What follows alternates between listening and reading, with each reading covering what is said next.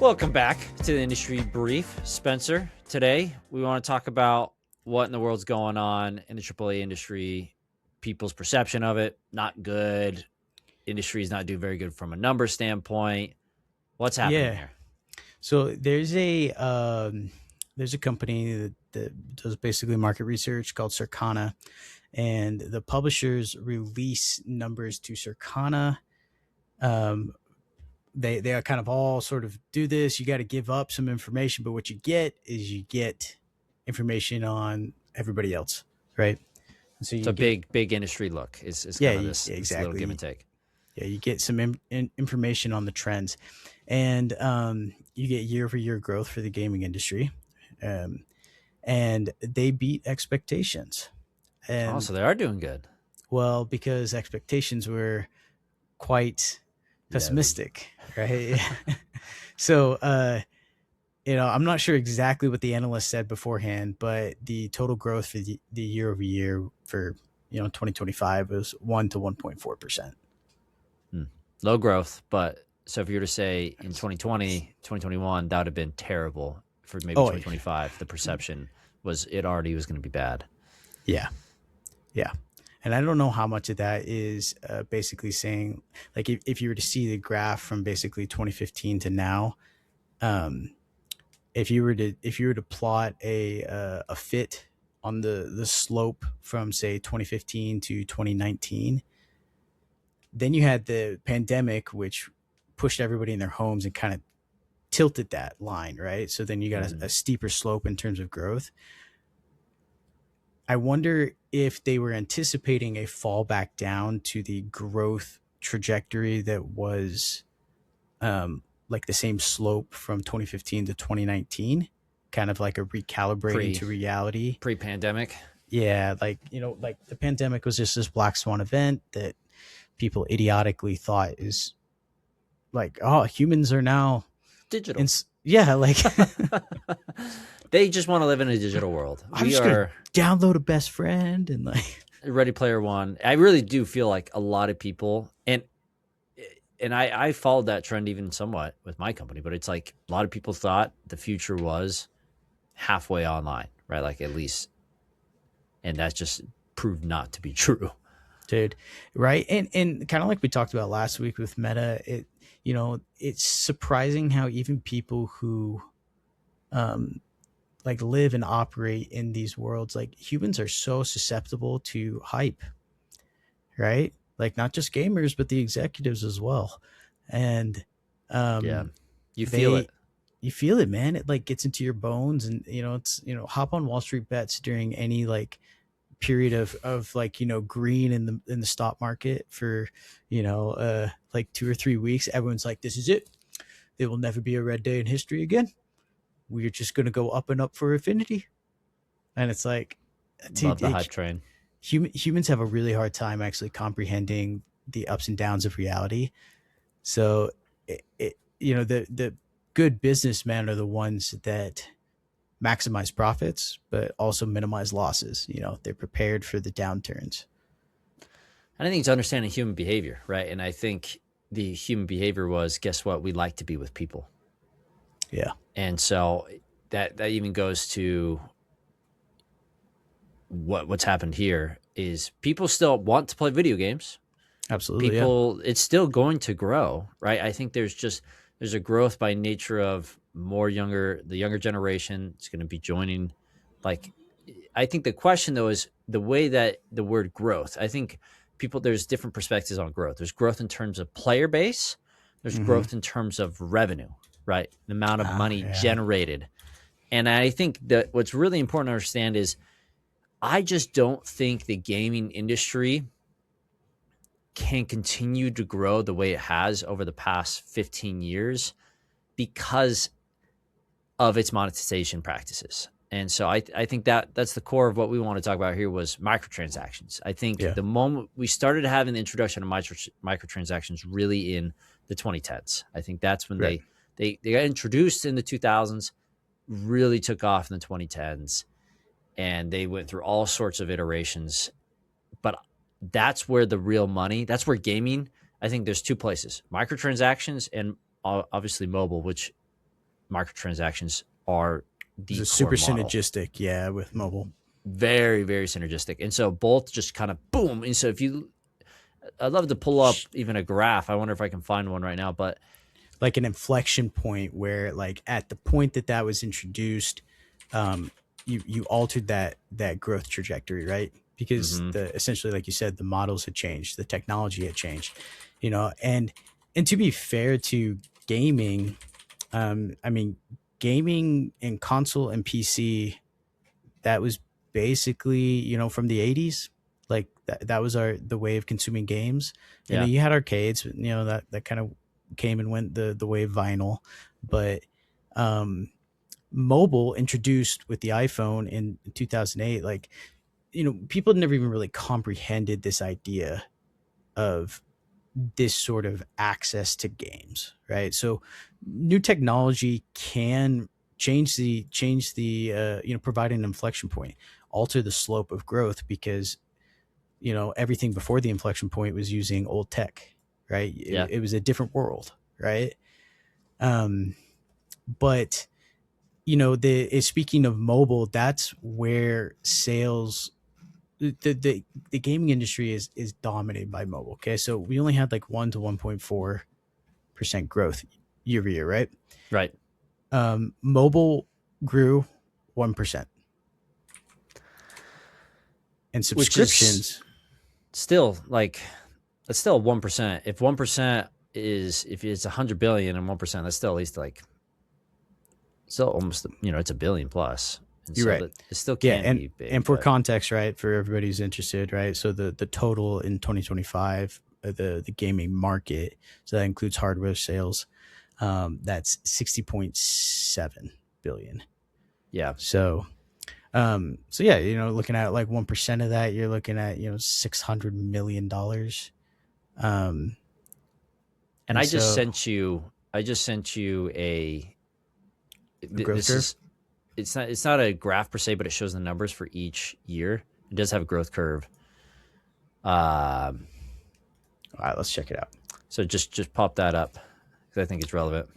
Okay. You look at the numbers because I think what people don't understand, and this even goes to what we've talked about over and over, just the impact of a model. And I think the introduction of microtransactions and the free to play, the amount of money, and mobile, again, like all these things, the amount of money that went into gaming. Like I've heard that statement, and I've used it multiple times, where it's like the video game industry is bigger than the music and movie industry combined. Those industries combined. That is because of this model, right? And it's that open demand model, which is, you can capture the whales, right? They go after the whales, they go after the kids that spend thousands of dollars on Fortnite skins. You know what I mean? And so I think, I mean, as you're pulling it up, it's like what I think you sent me. What's the terrible guy that did all those terrible things? What's his name? Oh, Jeffrey Epstein. Jeffrey Epstein. I love. It's like the step below Hitler. Jeffrey Epstein was talking to Bobby Kotick about doing more microtransactions. It's just Yeah, like crazy, right? crazy. But yeah, so you pulled up this graph. So here's a graph that I thought was kind of fun, and we can look at the numbers if you go further down after this. But like, Mm-hmm.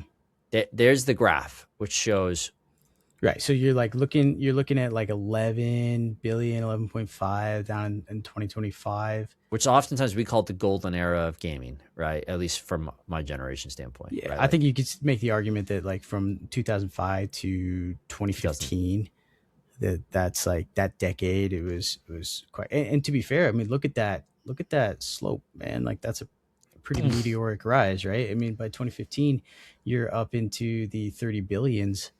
So Which you're is insane growth, by the way, for an industry. Yeah, that is pretty crazy, right? Um, and then I guess, you know, but even then, man, I like look at that slope in 2015. See, I was thinking that there'd be so much more of a growth like from the pandemic. You know, it looks to me Well, like look, it's 2015 to 2020. I mean, what you got, right? Where's that intersection? So that's 2016, 2017, and it's yeah. just firing up. And so Mm-hmm. and it's hard to say because is it a perfect graph? No, because if you scroll down, Yeah, let me there's get. there's a just breakdown of revenue per year, Yeah. and it's like, Oops. it, Oh, locked. oh, it's locked. Yeah, hold on. Oh, Keep you've been. going. I've It's all got good. it. So I'll just go back to the graph, and I can read through them. Mm-hmm. So just pop over the graph, and it basically you see, yeah, 2011. I just want to make sure it's correlating, but like Yeah. it Here looks you go. like, This is the table you're talking about, right? yeah, yep, that's the Okay. table I'm talking about. And so if we look at this table, it just keeps jumping, but like the jumps become bigger. Like 2016, Yeah. 2017, 6 billion, and then you get another where it's another 6, and then 44 to 57. So I do think there's a huge jump during COVID. I mean, that is a crazy jump. 44 to Yeah. 57 billion dollars. That's true. And That's then true. and then it tapers off, right? You got 2021, it jumps again 4 billion, and then it goes down, right? And then it kind of goes Yeah. back up. So you have this kind of this bubble That's true. pops, and now we're just at a, I think, back at a stable, probably again, it's probably equalizing out, and there's going to be some drop off. And I think that goes back to what we were saying, though, is the question is people's Mm. perception. Even though AAA is making a lot of great games, people are angry. There's this perception of AAA bad, which, by the way, is my very first video I ever made, Right. was based around that, and it blew up. And I think a lot of it stemmed from there's just this emotion around that. Mm-hmm. Well, and that's kind of actually kind of borne out in the numbers, at least, which is interesting from my opinion. You know, so essentially the I think what we were saying, Circana, right? They put Yeah. out their top, along with this year over year growth. They put out their the top 20 games from the year. Mm-hmm. Mm-hmm. Okay, so this is interesting, right? So a few things to take note here, right? Is that Sony only had one game in the top 10. Which is And wild. yes, and I think Ghost of Yotai, there's only a couple of, I think only 3 games on here are console exclusives. And what's crazy, Nintendo only has one game on here too. Yeah, actually, that's right. Now, to be fair to Nintendo, they are in kind of this weird, like in between hiatus where it's almost like they published the Switch 2 without killer apps for it, They have no which games, it's really bizarre. at least Like, no first party games. Everything is just third party, and they're all old games. I don't know. well, you know, and that's the thing, dude, is that people are like like how good old games are. It's it's as if we are at a plateau, and you can step back 5-10 years in the performance of those games, in the gameplay, the graphics. It feels really good. I mean, if Red Dead Redemption 2 came out today, I would say, yeah, this is a current gen game. Like, this is top of the It line. would still be considered, yes, one of the best Right. games to And come out it now. wasn't always like that. If you were in 2015, you went back 10 years, that's a very different Well, scenario. 2005 to 1995 is a Right. huge Mhm. difference, right? I Yeah. think there's just the jumps are getting smaller, right? Yeah. So what's even fascinating on here, I see 2 Call of Duties, and so Black Ops 6 to Black Ops 7. I think So that's yeah, fascinating. that's another fascinating thing. So this is the lowest spot that Call of Duty has been in for 20 years, because they have consistently put out a game every year. Right, and so they've always been in the top They've top always been 3. in the top. And so there's something breaking in terms of the Call of Duty model. Battlefield 6 took the win. Yeah. And so maybe there's, people are kind of wanting a less bombastic. It's almost like the Fortniteification of games is kind of like people are sort of done with that. Hmm. You know, And this is global. this is US. Oh, this is US. Okay, I just want It's to make US. sure people know. Yeah, no, the global charts are going to look different, but this is at least just for the US. Um, but here's the thing. So only most of these games didn't actually come out that year. And a really good example of this is look at Forza 5. Forza 5 came out in 2021. It's a it's a 5-year-old game. Okay. But this is validating Microsoft's multi-platform experiment, Sure. right? If you've got essentially old software that it's petered out on your platform, put it on a multi-platform basis. Yeah, because then Right? other people get to try them and enjoy them. Like Gives you Halo. Halo's yeah, coming to PlayStation, which is mhm. the craziest thing. Like Crazy, that's how right? you know every that Xbox, Microsoft have. Really, it's Microsoft. Xbox no longer exists.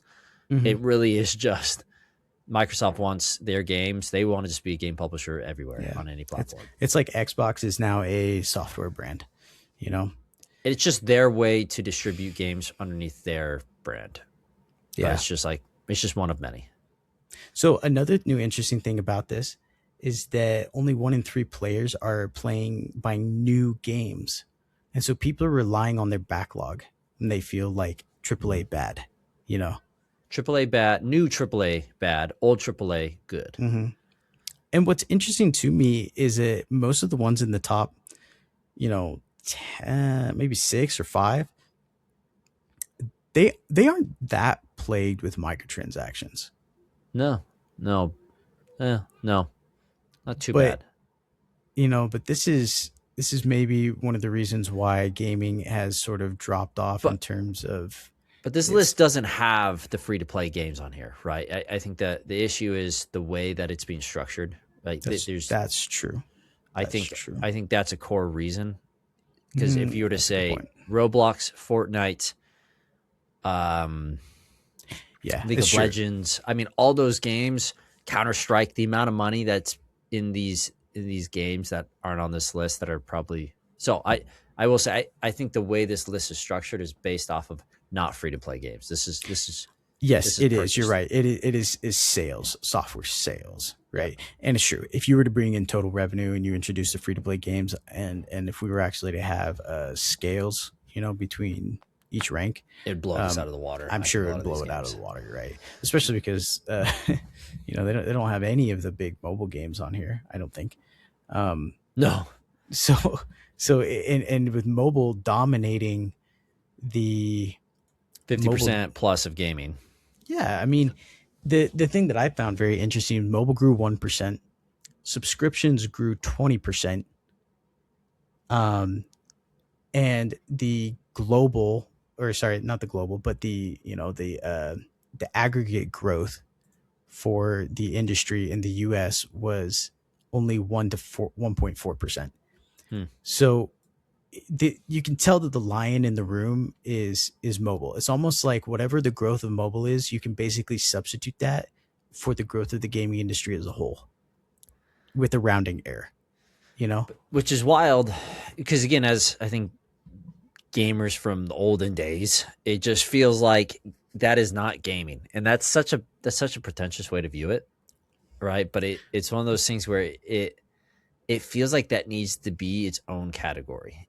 Yeah, it does. Sometimes it's like video games and mobile simple games. Hmm. Like it's like the Netflix games that are coming out. Have my Netflix now has a beta gaming. Do you have Netflix? Yeah, I do, but I haven't seen that. It's popped up. So it says beta. Huh? It's in beta, but I have games on my Netflix that I can Really? play. And they're all just kind of simple, dumb games, right? And they're like mobile games, a little bit more of the dumb party games. And I think there's a big need in there. Have you heard of like friend slop? Have you heard that term at all? There's this big thing where a lot of those games that are quick to market. I'm trying to think of a couple. Um, Content warning is a great example. They call it friend slop, where it's a game that you can play with friends, kind of screw around for a few hours. It doesn't have a lot of depth, and Mm, it's just fun to play with your friends for a teeny bit. Like I have a few of those gotcha. games. Like I played them a couple Yeah, times. They're cheap. Like those games, they'll continue to pop off on Steam, because where they're they sell quick a to lot of copies. develop, cheap, Quick and develop, it's cheap. just a flash in the pan for the Yeah, novelty's sake. it's Yeah. novelty, fun with friends, and so they've been calling it friend slop though, which is such a fascinating thing. So I don't know if I agree with the term, but that's it almost is like that one step above of mobile. It's almost Yeah. like there seems to be this, it's just now you're capturing, because just mobile obviously captures the greatest audience because of its platform, because of its simplicity, its accessibility. And so I think the money will just always be there because it's more people, right? And Hmm. then and also the model being microtransactions. But I just think so many people, it's crunch. Economics is, the economy is bad, so people spend less money on discretionary things. And so I just think, I don't know. I'm trying to wrap my mind around this, because it's like the industry will continue to do this, but was it Europe? They've been kind of getting Cracking on. down They're on, cracking down. Australia banned social media oh, and for kids, for yeah. kids 16 and under. Like that's going to have impact though. Like these impact. China does all these restrictions and regulations when it came to gaming, and like they continue to do that, even though it's probably one of the biggest economic drivers of their economy, by the way, Yeah. 10 cent. So there's all these people that are trying to wrangle in gaming's monetization strategies, and the companies are trying to find loopholes in other ways. Like there's this cat and mouse. But I just, at what point does some of this crumble and gaming has to go back to the one-time purchase? And it's like the $70 $80 games, so a lot of them are doing that. But that feels like, going back to what you said, was it 1 out of 3 people even buy new games? Yeah. So people relying on their backlog.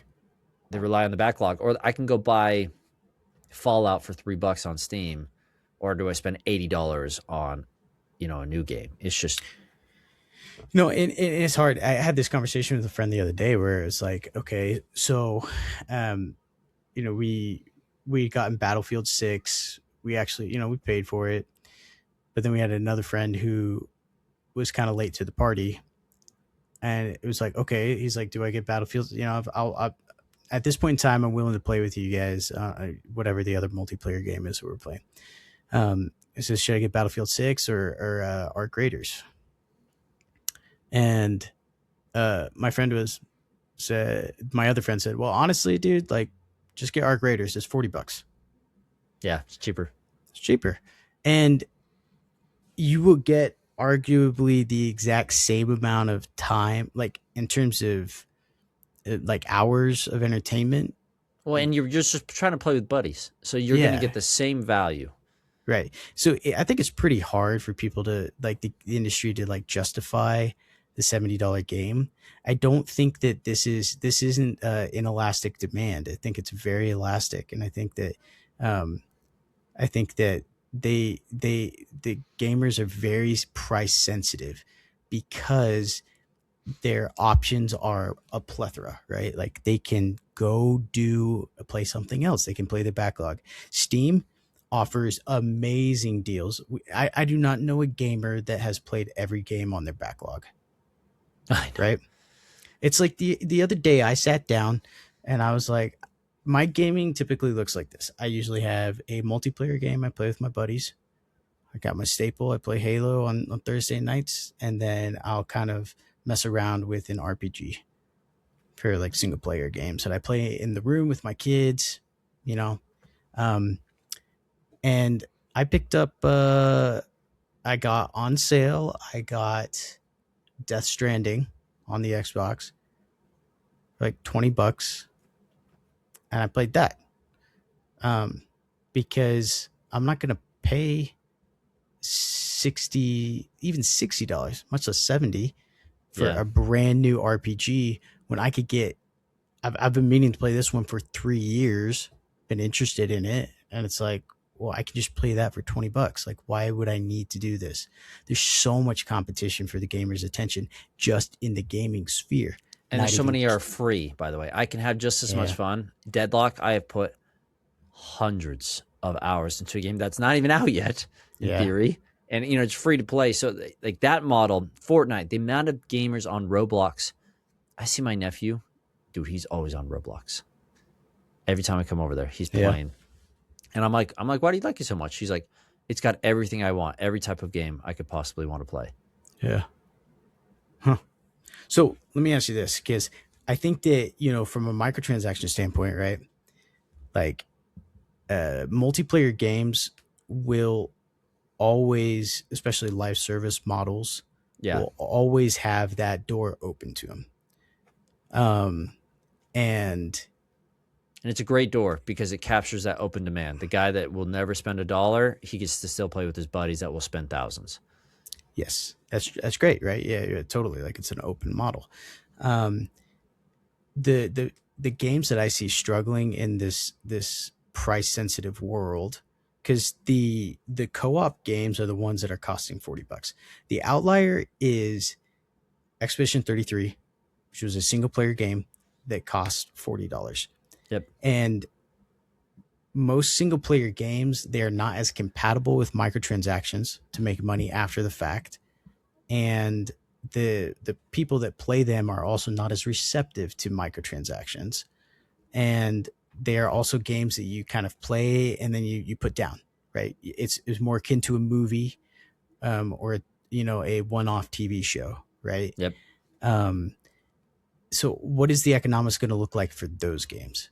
Will they be able to survive? If they can't sell at 70, they have to sell at 40. They have to.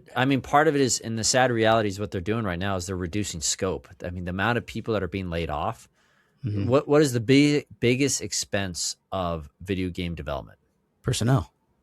Yeah, people.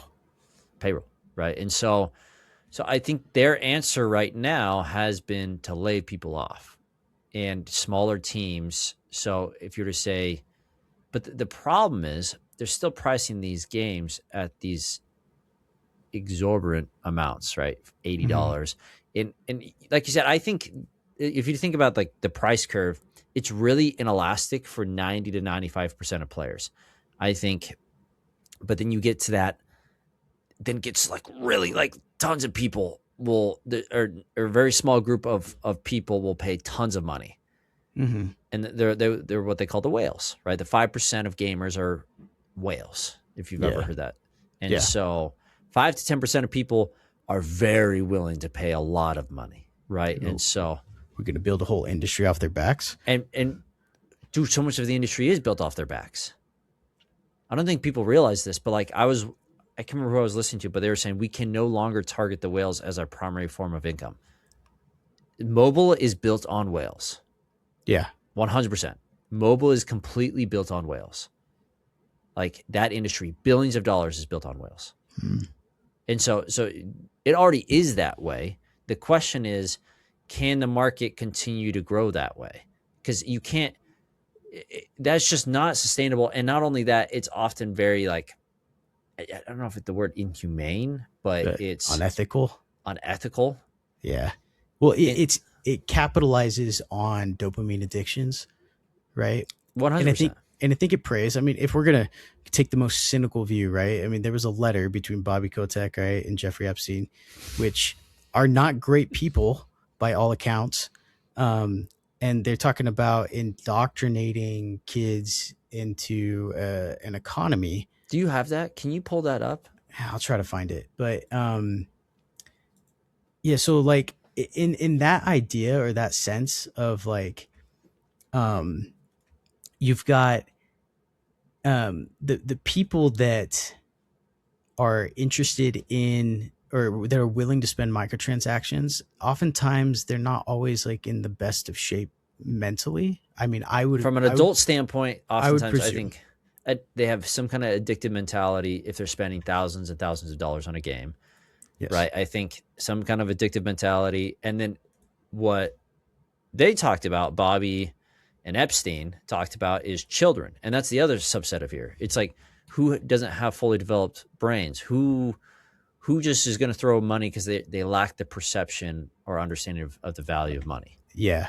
right? Right. And in many instances, their parents, right, are the ones paying for it, and their parents, which by the way, I think is why Nintendo, and that's like a sidetrack, but like why they can Mhm. charge these insane amount of money for games, because the parents are paying It's true. versus like Like I'm the demand doesn't shift that much because it's the kids that are putting the pressure on the parents for the demand.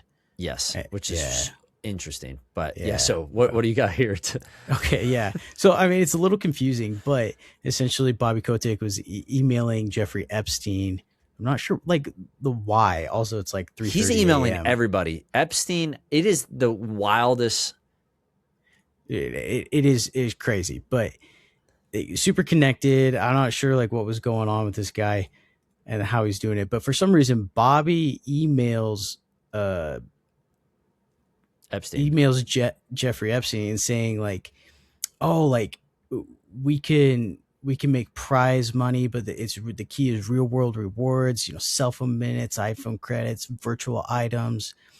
And Jeffrey sends this to his assistant and says, hey, look what this guy's talking to me about. And Jeffrey and his assistant or whatever say, I'm all for indoctrinating kids into the economy. And and then they kind of throw shade at Bobby saying you love his example of real world rewards as virtual items. But Making fun of him. yeah, but it's interesting that like kind of their perspective of microtransactions was a form of indoctrination, right? Um, and so it's something that I've chosen personally to avoid because Oh yeah. because I mean it's not that I never bought something with a microtransaction. It's just that I just really kind of try to evaluate whether that's something that I need. And I only do it if I have it worked into my budget, right? I get a certain amount of money that I set aside for myself for fun.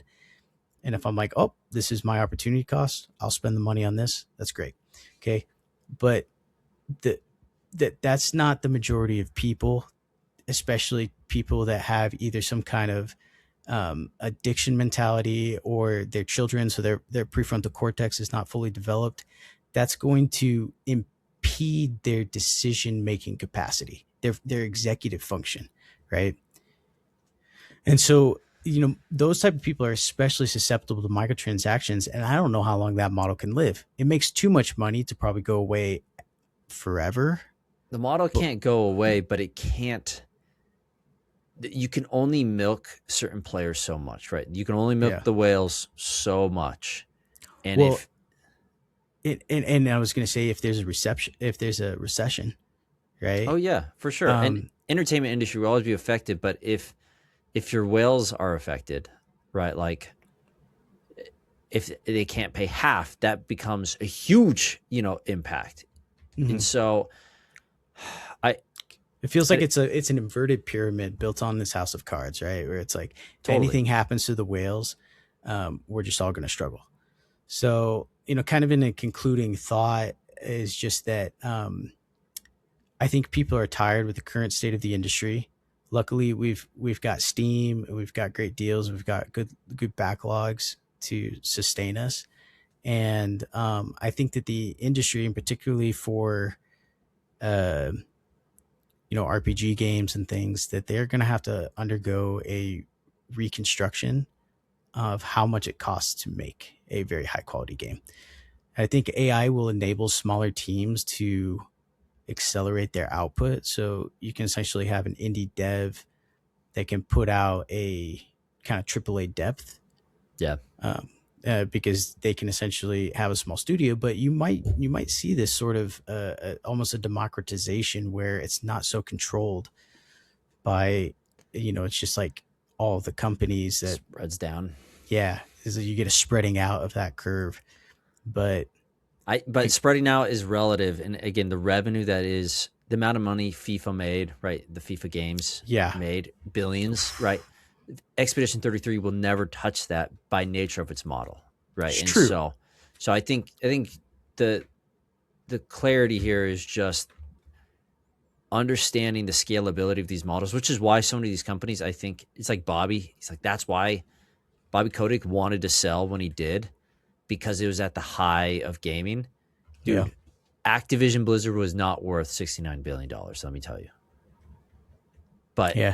it was the reason why it's worth that, because of the perception of being able to monetize those brands. Like, it is just not, I just don't think it's possible to keep doing that. I think, like anything, you stagnate. Certain models, they start stagnating. Free to play, microtransactions, like they were a big thing. They stagnate. There's cycles, and I feel like we're in the cycle where we care less and less. Like, I have never spent $1 on a microtransaction, not a single cent, and Mm. and that's just me. But I feel like there's a lot of people I know. You learn the habits, like you've learned the trickery. Yeah. It's like ads, right? You learn the trickery over the past 10 plus years with Google search. Ads are being clicked on at a way less rate, right? Like, and so they have to then come up with new Innovate. Yeah. psychological tricks. Like, that's the greatest innovations of the past 20 years has been in human psychology and the ability to manipulate people to do certain behavior. Mm. Meta, Google, right? Like, I'm trying to think, Amazon, like the biggest innovations are based around that, like the biggest companies. And so I hope to see that. Like, I actually think the gaming industry will be affected, but I do think we're going to have this spread out. I think a lot more indie games, because they can make great games with a lot smaller budgets. Mm-hmm. So I just think the gaming industry will continue to grow. I just think the big boys are the reason why Ubisoft is, struggling. The reason why EA's just got bought out. I Mm-hmm. just don't think these companies, for the growth they had, will continue to grow the way they had, or the way Yeah. they have. I don't think so either. I think that uh, you're you're going to I think you're going to see significantly less money dedicated to the gaming world, especially when you're thinking about opportunity cost from, say, Microsoft's perspective. If they could invest in AI or these other areas, every dollar that goes to gaming, Is you not know, going there.